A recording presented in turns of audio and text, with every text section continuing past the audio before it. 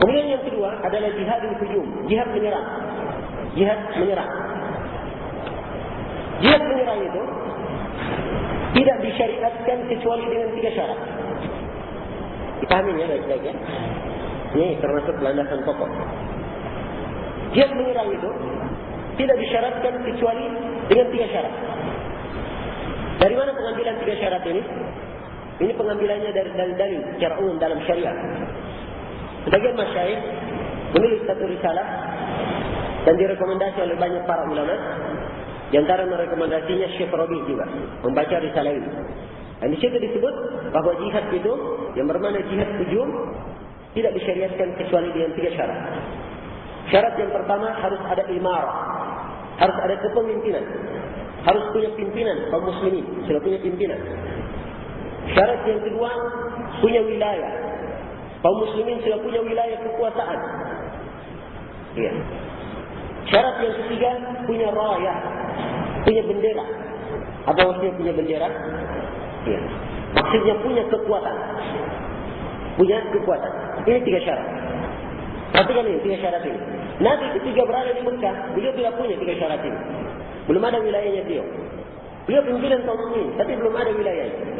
Kekuatan belum. Ketika pindah ke Madinah, beliau punya wilayah, kaum muslimin punya kekuatan, baru turun perintah untuk jihad melawan orang kafir. Ya ayuhan Nabi, harridil mu'minina al-qital. Wahai Nabi, bangkitkan semangat kaum mukminin untuk berperang.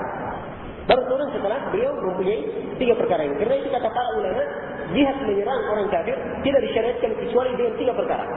Pertama harus ada pimpinan. Inilah yang diinginkan oleh Imam Al-Barbahari di sini. Jihad itu bersama pimpinan. Bersama pimpinan. Kemudian yang kedua, harus mempunyai wilayah. Harus mempunyai wilayah. Kemudian yang ketiga, dia harus mempunyai raya, bendera, punya kekuatan. Punya kekuatan. Ya.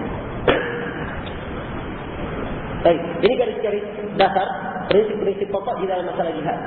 Kalau paham ini, akan terlihat orang-orang yang sekarang menggembar-gemborkan jihad-jihad, ya. Tapi dia jauh dari makna jihad yang disebutkan dalam nusus Al-Quran maupun Sunnah. Ya. Maksud orang-orang yang melakukan amar ma'ruf nahi munkar katanya. Ya, pemberantasan tempat-tempat perjudian, perzinahan dan lainnya. Katanya ini jihad fi sabilillah. Ya. Jihad fi sabilillah. Nah, maka dia terhitung kemana bentuknya? Terhitung kemana?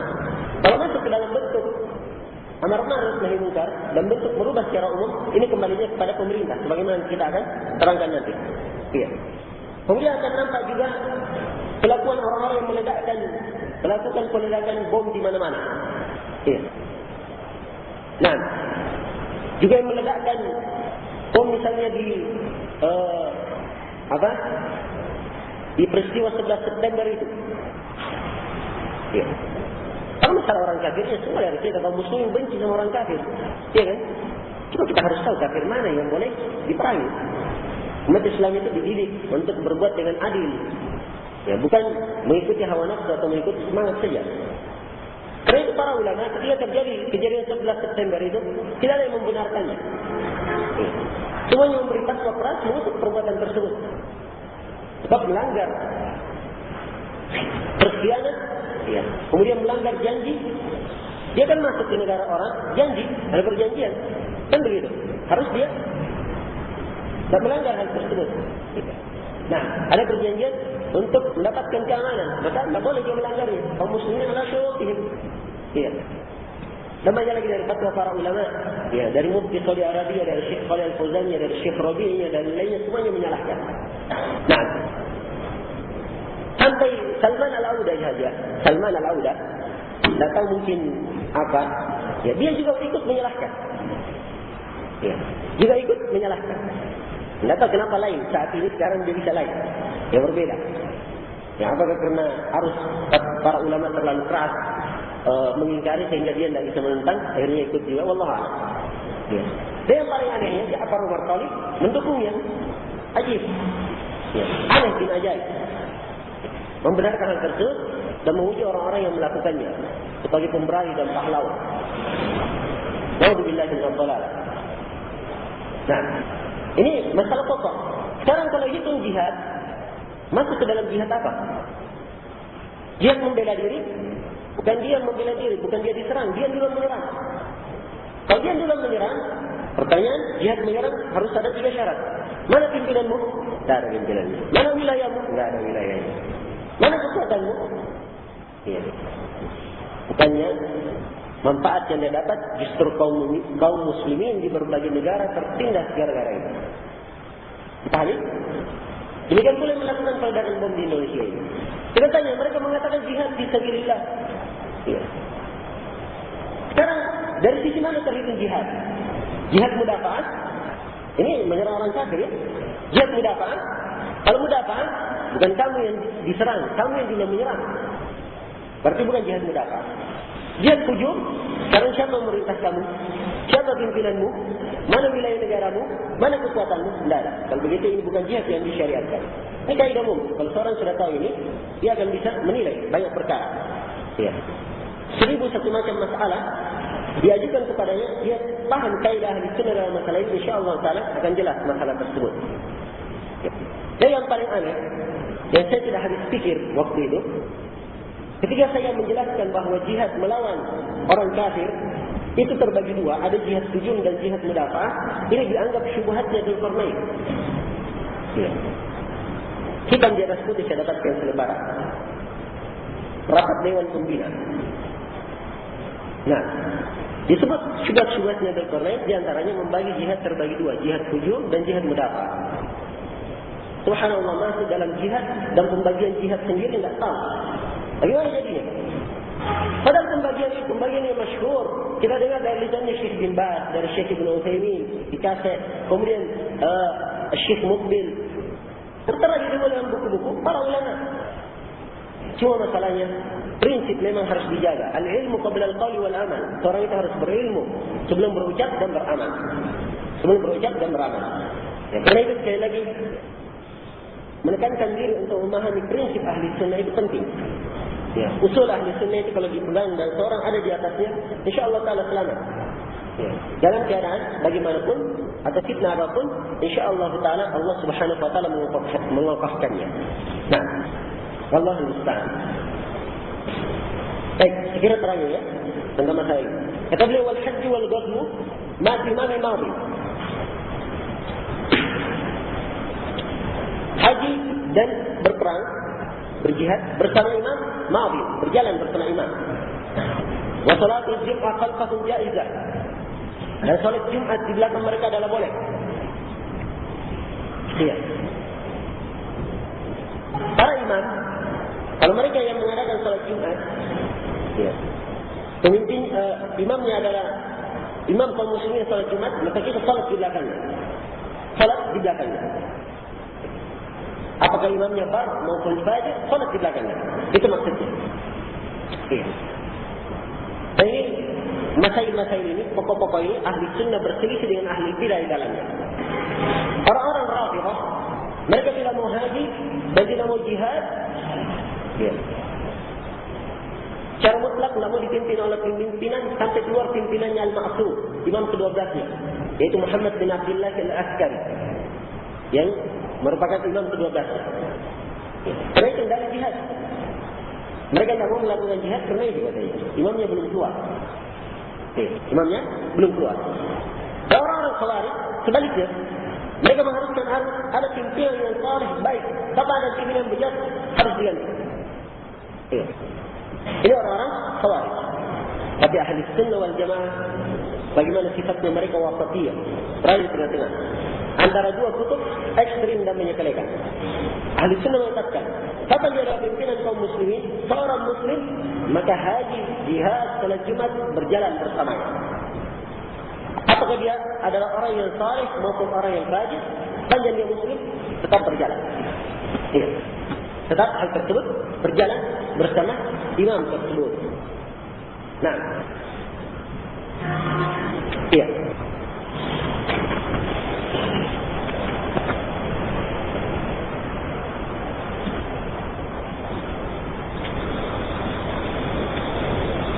Ini kita perhatikan di dalam hadis para ulama salaf rahimahumullah.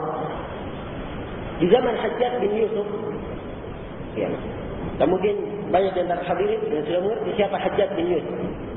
Hajjaj bin Yusuf salah seorang gubernur di pemerintahan Bani Umayyah yang dikenal dengan kekejaman dan kebengisan.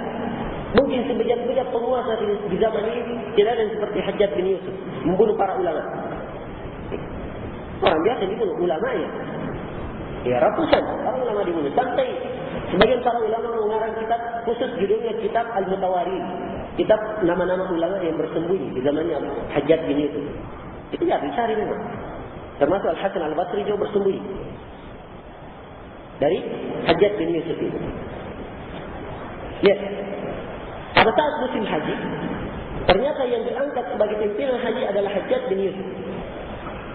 Ibnu Umar radhiyallahu taala dan para sahabat yang lainnya, para kibar tabi'in ikut bersamanya. Dan mereka tahu siapa Hajjaj bin Yusuf. Tapi memang prinsip ahli sunnah seperti itu. Ya. Prinsipnya seperti itu. Sebab kapan keluar dari yang ini, maka yang terjadi adalah kekacauan, kerusakan di dunia kaum muslimin dan akhirat mereka. Nah, iya. Ini prinsip-prinsip syariah di dalam masalah ini. Baik. Kemudian di sini yang berkaitan dengan masalah imam, hal-hal yang sifatnya berkaitan dengan maslahat umum, itu kembalinya memang kepada penguasa. Penegakan hudud, itu yang melakukannya penguasa. Sebagian menunjuk ijma' di kalangan para ulama. Walaupun di isbat Syekhul Islam Ibnu Taimiyah kelihatan ada ucapan beliau yang seakan-akan menyelisih hal tersebut. Nah, tapi sebagian para masyayikh menjelaskan Ibnu Taimiyah tidak memaksudkan seperti itu. Ya, dan saya baca juga dari buku-buku yang menjelaskan tentang masalah itu dari Ibnu Taimiyah juga diberikan kemungkinan-kemungkinan. Nah, sebab yang menegakkan hudud itu adalah pemerintah, adalah waliul amr. Sampai di dalam masalah kunut, ya. Di dalam masalah kunut nazilah. Ini termasuk masalah yang kita belum tulis dulu di pembahasan kunut. Nah, kunut nazilah, ya. Kunut nazilah berdasarkan fatwa Syekh Shalal Fauzan, Syekh Salih bin Abdullah Al-Syekh, kunut nazilah itu harus dengan izin pemerintah. Harus dengan izin pemerintah. Jadi kalau pemerintah menyarankan kunut nazilah, dilakukan. Ya. Kunut nazilahnya dilakukan. Nah, kalau tidak, maka tidak dilakukan. Ini kejadian kemarin terjadi di Saudi Arabia, tempat ramai, ketika ribut-ributnya penyerangan Amerika, maka sebagian imam masjid melakukan kunut dan belum ada izin resmi dari pemerintah. Dan disampaikan hal tersebut kepada para ulama dan diikari dengan fatwa-fatwa yang disebutkan itu tadi. Nanti setelah itu belakangan, ya keluar izin resmi dari pemerintah. Barulah kunut nazilah. Sebab ini kaitannya dengan maslahat umum. Ya, dalam masalah kunut nazilah saja kembalinya kepada pemerintah dalam fatwa para ulama. Nah, wallahu musta'an. Baik. Kemudian dikatakan di sini, wa yusalli ba'daha 6 rakaat. Dan dia salat setelah Jumat 6 rakaat. Yafsilu baina kulli raka'atayn. Ia pisahkan antara 2 rakaat. Maksudnya 2 rakaat, 2 rakaat, 2 rakaat begitu. Hakada qala Ahmad bin Hanbal. Demikian dikatakan oleh Ahmad bin Hanbal. Kenapa ada pendapat 6 rakaat salat sunnahnya setelah Jumat? Sebab ada 2 hadis dalam Sahih Muslim. Satunya 4 rakaat, maksudnya dalam hadis Abu Hurairah. Satunya lagi dalam hadis Ibnu Umar, 2 rakaat beliau lakukan di rumah. Iya. Nah, mungkin dari sini diambil pendalilan 6 rakaat. Cuma Syekh Abdul Aziz Ar-Rajihi mengatakan bahawa adillah itu lebih tegas menunjukkan bahawa setelah Jumat itu hanya ada 4 rakaat. Apakah dia lakukan di masjid atau di rumah? Apakah dilakukan di masjid atau di rumah? Yang jelas ini masalah fikih. Ada khilaf di kalangan para ulama. Ada perselisihan pendapat di kalangan para ulama dalam masalah ini. Iya. Dan uraiannya seperti yang saya katakan itu tadi, memang ada sebagian yang berpendapat sebab ada 2 nas hadis itu, 4 rakaat dalam hadis Abu Hurairah, Ibnu Umar melakukannya di rumah 2 rakaat, ya digabungkan 4 rakaat di masjid, 2 rakaat di rumah, yaitu 6 rakaat. Dipahami? Tapi ini kayaknya ada bentuk diingkari juga. Kayaknya Syekh Al-Albani juga menyalahkan yang merinci seperti itu. Dan yang dikuatkan oleh Syekh Abdullah Ar-Rajidi, sebenarnya 4 rakaat. Apakah dilakukan di rumah maupun di masjid. Ibnu Umar melakukan di rumah, mungkin itu bagian dari 4 rakaat tersebut. Bagian dari 4 rakaat tersebut. Iya. Kemudian kata beliau rahimahullah dalam poin yang ke-33. Kata beliau, wal khilafatu fi Quraisy ila an yanzila Isa bin Maryam alaihi salam. Dan khilafah itu pada Quraisy sampai turun Isa bin Maryam alaihi salam. Khilafah itu adalah kepemimpinan umum untuk seluruh kaum muslimin. Beda dengan al-imarah. Kalau al-imarah adalah pimpinan, mungkin satu iklim, satu negara dan seterusnya. Ya. Tapi kalau al-khilafah ini identik sebagai pengganti Rasulullah memimpin seluruh kaum muslimin. Maka khilafah itu khilafah letaknya pada orang-orang Quraisy. Kalau dia dari keturunan dari suku Quraisy naik menjadi pemimpin seluruh kaum muslimin, maka dia namanya khalifah. Dia namanya khalifah. Ya. Dipahami? Karena itu Abu Bakar, Umar, Utsman bin Affan, Ali bin Abi Thalib semuanya khalifah. Semuanya khalifah dan semuanya Quraisy. Dari Bani Quraisy. Nah, dan telah sabit hadis-hadis yang kata Al-Hafidz Ibnu Hajar, hadisnya datang dari belasan orang sahabat, menunjukkan bahawa al-khilafah fi Quraisy. Khilafah itu dipegang oleh orang-orang Quraisy. Nah, khilafah dipegang oleh orang-orang Quraisy. Baik.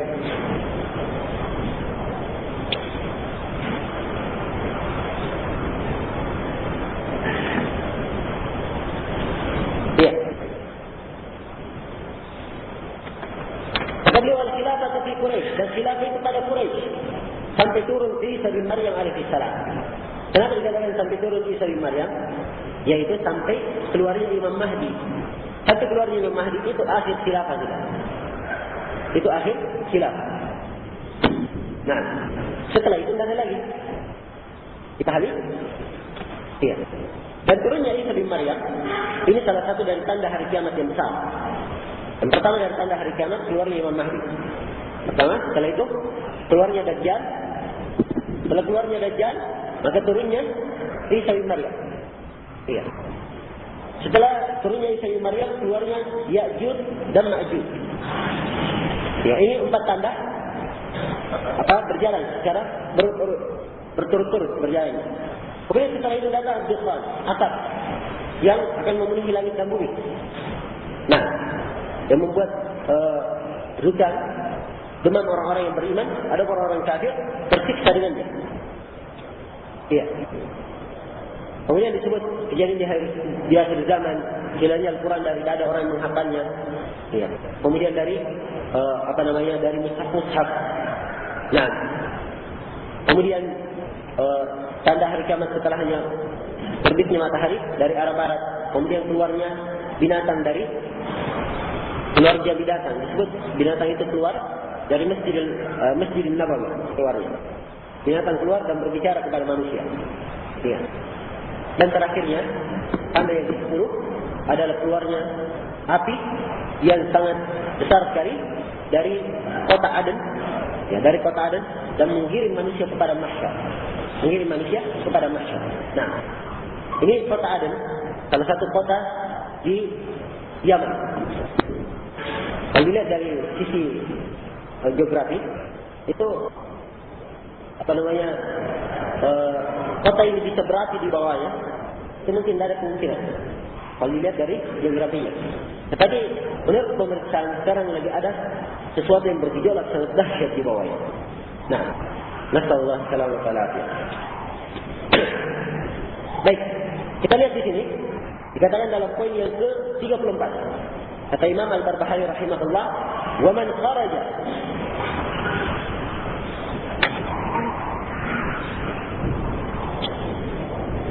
kata beliau, "Wa man kharaja ala imamin min a'immatil muslimina fa huwa kharijiyyun wa qad shaqqa asal muslimina wa khalaqa al-athar wa mitatuhu mitatun jahiliyah Dan barang siapa yang keluar terhadap imam dari imam kaum muslimin, maka dia adalah khariji.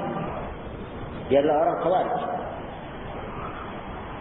Wa qad syaqqa asal muslimin, dia telah mematahkan tongkatnya kaum muslimin. Ibaratkan kaum muslimin satu tongkat, satu pimpinan. Dia keluar, dia patahkan tongkatnya kaum muslimin. Wa qalat al-athar, dia menyelisih al-athar. Maksudnya menyelisih hadis-hadis yang memerintah untuk taat kepada pemerintah. Wa mitatuhu mitatun jahiliyah, dan matinya dia dihitung sebagai mati jahiliyah. Matinya dihitung sebagai mati jahiliyah. Kemudian kata beliau, kita gabung ya, di poin berikutnya. Kita akan bicarakan sekaligus. Kata beliau, wala yahillu qitalus sultan, dan tidak halal memerangi pemerintah. Wal khuruju alaihim, dan melakukan khuruj, keluar terhadap mereka. Wa injaru, walaupun mereka melampaui batas, walaupun mereka sewenang-wenang. Wa injaru. Wa dzalika qaulu Rasulillah sallallahu alaihi wasallam li Abi Dzar. Dan hal ini adalah sabda Rasulullah sallallahu alaihi wasallam kepada Abu Dzar Al-Ghifari. Ya. Isbir wa in kana abdan habasyian, sabarlah kamu walaupun yang memimpinmu adalah budak Habasyi. Wa qawluhu lil ansar, dan sabda Rasulullah kepada al-ansar, isbiru hatta talqawni ala al-hawd, bersabarlah kalian sampai kalian menjumpai saya di al-hawd, di al-hawd. Ya, maksudnya sampai nanti hari kiamat, ya, bertemu di al-hawd. Kemudian kita beli walaysa minas sunnati qitalus sultan, dan bukan dari sunnah memerangi pemerintah. Inna fihi fasad ad-din wad dunya, sebab di dalam memerangi pemerintah itu ada kerusakan agama dan kerusakan dunia. Kerusakan agama dan kerusakan dunia. Baik.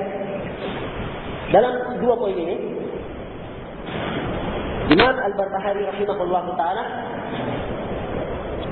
menjelaskan tentang wajibnya taat kepada pemerintah. Tidak boleh khuruj, keluar dari kekuasaan pemerintah. Siapa yang keluar maka dia dianggap kharij. Iya. Dan melakukan kudeta terhadap pemerintah, di dalamnya adalah kerusakan pada dunia kaum muslimin dan agama mereka.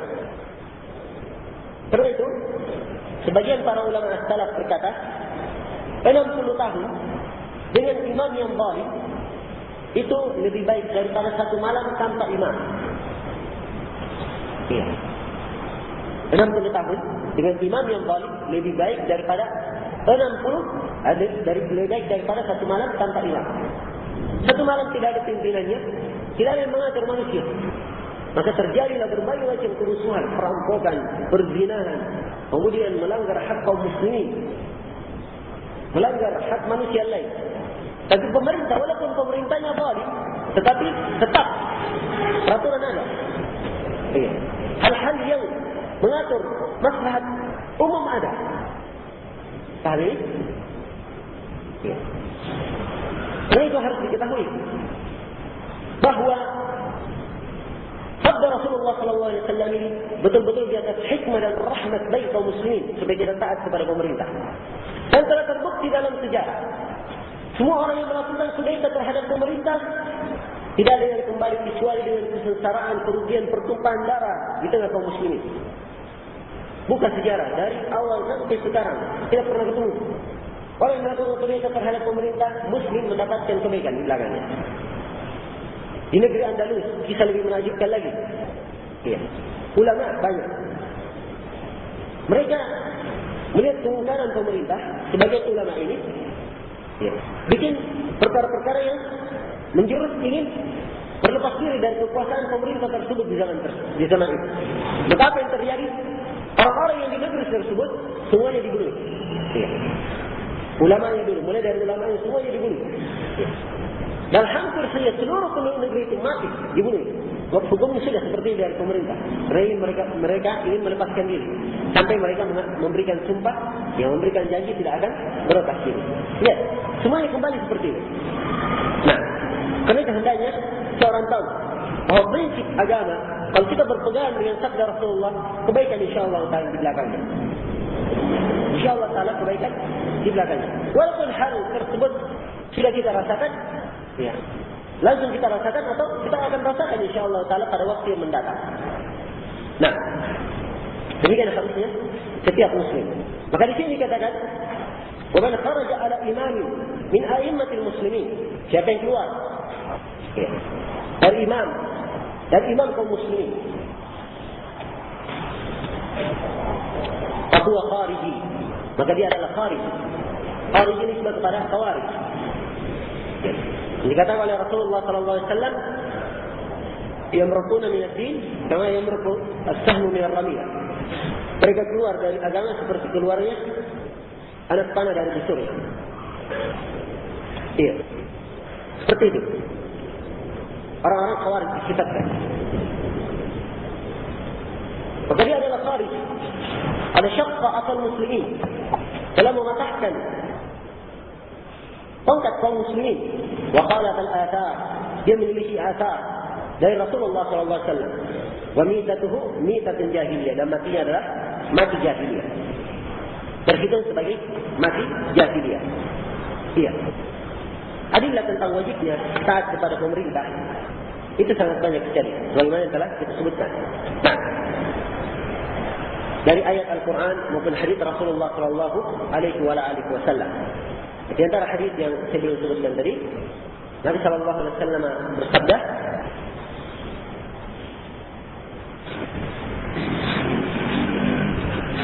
kata beliau, "Alal mar'i as-sam'u wa at-ta'ah." Atas seorang untuk mendengar dan taat. Bima ahabba wa bima karih. Pada apa-apa yang dia suka, apa-apa yang dia benci. Illa ayyu'mara bi ma'siyah. Kecuali kalau dia diperintah melakukan maksiat, pada sam'a wa la ta'ah. Maka tidak ada mendengar dan tidak pula taat. Ya. Dan juga Rasulullah sallallahu alaihi wasallam bersabda, "Man ra'a min amirihi syai'an yakrahuhu falyasbir." Siapa yang melihat sesuatu dari pimpinannya yang dia tidak senangi, maka hendaknya dia bersabar. Dan dalam hadis lain, Nabi sallallahu alaihi wasallam bersabda, "Kalian tunaikan hak mereka. Adapun hak kalian, maka mintalah kepada Allah." Jika kalian minta kepada pemerintah yang diberi, maka hak kalian minta kepada Allah. Adapun hak mereka, kalian tunaikan hak mereka. Hak penguasa terhadap kalian tunaikan. Iya. Ini adillah yang menunjukkan pokok ini. Prinsip pokok ini. Khuruj terhadap pemerintah itu dengan 3 perkara. Dikatakan dia khuruj terhadap pemerintah. Dan setiap bagian dari 3 perkara ini disebutkan oleh para ulama, disebutkan oleh ahlul ilm. Yang pertama, dikatakan khuruj, yaitu tidak membaiat pemerintah tersebut, tidak meyakini wajibnya taat kepadanya, membolehkan kudeta terhadapnya, dikhuruj. Nah, iya. Kemudian yang kedua, yang juga dikatakan khuruj terhadap pemerintah,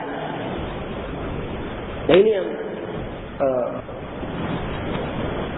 maksud secara akal yang diinginkan, yaitu keluar terhadap pemerintah dengan senjata mereka. Maksudnya melakukan kudeta terhadap pemerintah.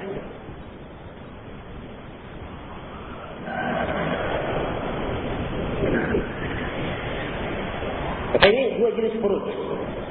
Satunya dengan i'tiqad, yang pertama dengan keyakinan, yang kedua dengan amalan. Ya. Yang pertama tadi, dia tidak membaiatnya, tidak meyakini wajib taat. Ya. Dia meyakini bolehnya keluar kudeta. Ini dengan keyakinan khurujnya. Dan kedua khuruj dengan amalannya. Amalannya langsung melakukan kudeta. Dan yang ketiga, ada yang menambah yang ketiga. Dan ini disebut oleh Syekh Ibn Utsaimin dalam sebagian fatwa beliau, dan juga disebut oleh Syekh Saleh As-Sadlan dalam sebagian rasail beliau, bahwa khuruj itu juga kadang dengan lisan. Ya. Kadang dengan lisan. Bahkan kadang dengan lisan lebih berbahaya. Ya. Nah, sebab khuruj dengan saif itu asalnya dengan lisan. Asalnya dari lisan. Tapi tentunya lisan ini ada yang dihitung sebagai khuruj, ada yang tidak dihitung. Jadi butuh diberi dhabit yang baik. Ya. Nah, ini bentuk khuruj terhadap pemerintah. Dan seluruh jenis ini dianggap khuruj terhadap imam kaum muslimin. Ya. Mereka para ulama salaf dahulu, kalau mensifatkan seorang dengan pemikiran khawarij, kalau antum buka buku-buku biografi rawi, itu sering disebut dengan dikatakan ini fulan ada pemikiran khawarij, khawarij. Atau dikatakan fulan yara as-sayf. Ya. Fulan yara as-sayf. Apa artinya yara as-sayf? Fulan berpendapat bolehnya pedang. Ya. Apa maksudnya? Ya, berpendapat bolehnya pedang. Berpendapat bolehnya pedang. Nah, ini kalimat as-sayf, melihat as-sayf di kalangan para ulama dahulu ini punya dua makna. Ya, perhatikan ini ya, ini termasuk dasar pokok supaya paham apa yang diinginkan dengan khuruj. Yang dikatakan khuruj itu keluar dengan senjata menghadapi pemerintah saja, enggak. Bukan cuma itu khuruj. Ya. Jadi dikatakan oleh ulama, seorang rawi misalnya dikritik dan dicela, ditinggalkan hadisnya. Dikatakan fulan hada yara as-sayf. Dia melihat as-sayf. Banyak orang di zaman Imam Ahmad ditahdir oleh beliau dan kaum muslimin menjauhinya karena ucapan Imam Ahmad ini fulan yara as-sayf. Melihat pedang. Nah, Sufyan ats-Tsauri lewat di kuburan yang orang lagi berkumpul sedang menguburkan jenazah Al-Hasan bin Salih bin Hayy, seorang ahli fikih yang terkenal. Ya. Maka Sufyan diminta untuk mensolati jenazahnya. Sufyan hanya berlalu saja, tidak mau mensolatinya. Ya. Kenapa? Salih bin Al-Hasan bin Salih bin Hayy disebutkan dalam biografinya kana yara as-sayf. Ada sedikit dia melihat as-sayf. Dari salah satu pendapatnya melihat pedang. Ya, bolehnya menggunakan pedang. Nah, ini kalimat yara as-sayf harus kita tahu apa maknanya. Ya. Supaya kita tahu yang dicerca oleh para ulama itu apa. Yara as-sayf itu maknanya yang pertama, dia melihat bolehnya keluar terhadap seluruh pemerintah secara umum. Apa yang keluar dengan lisan, dengan tangan, ya. Ataupun akidahnya seperti itu, keyakinannya seperti itu. Ini dianggap khuruj, yara as-sayf. Nah, dipahami?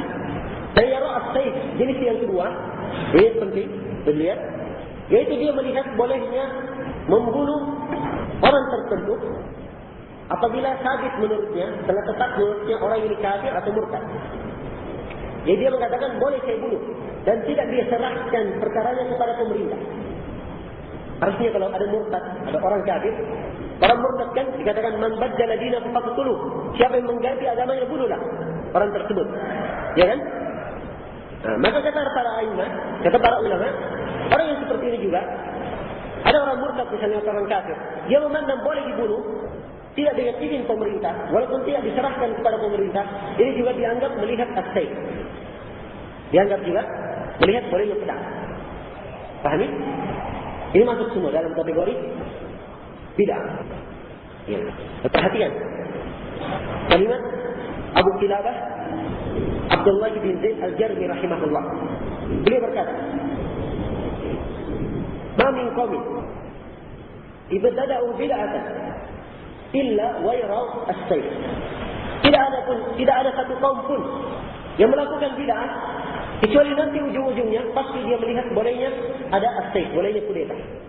Dengan bentuk ini, apakah kudeta secara umum pemikirannya tidak meyakini atau langsung melakukan dengan fisiknya atau dengan lisannya ataupun berkeyakinan seperti bolehnya membunuh orang kafir tanpa menyerahkannya kepada pemerintah. Ini asal bid'ah, semuanya masuk ke sana. Dan cari mubtadi manapun kecuali sifatnya ini seperti yang dikatakan oleh Abu Kilabah. Seperti itu keadaannya. Katanya pasti melihat bolehnya khuruj terhadap pemerintah. Nah,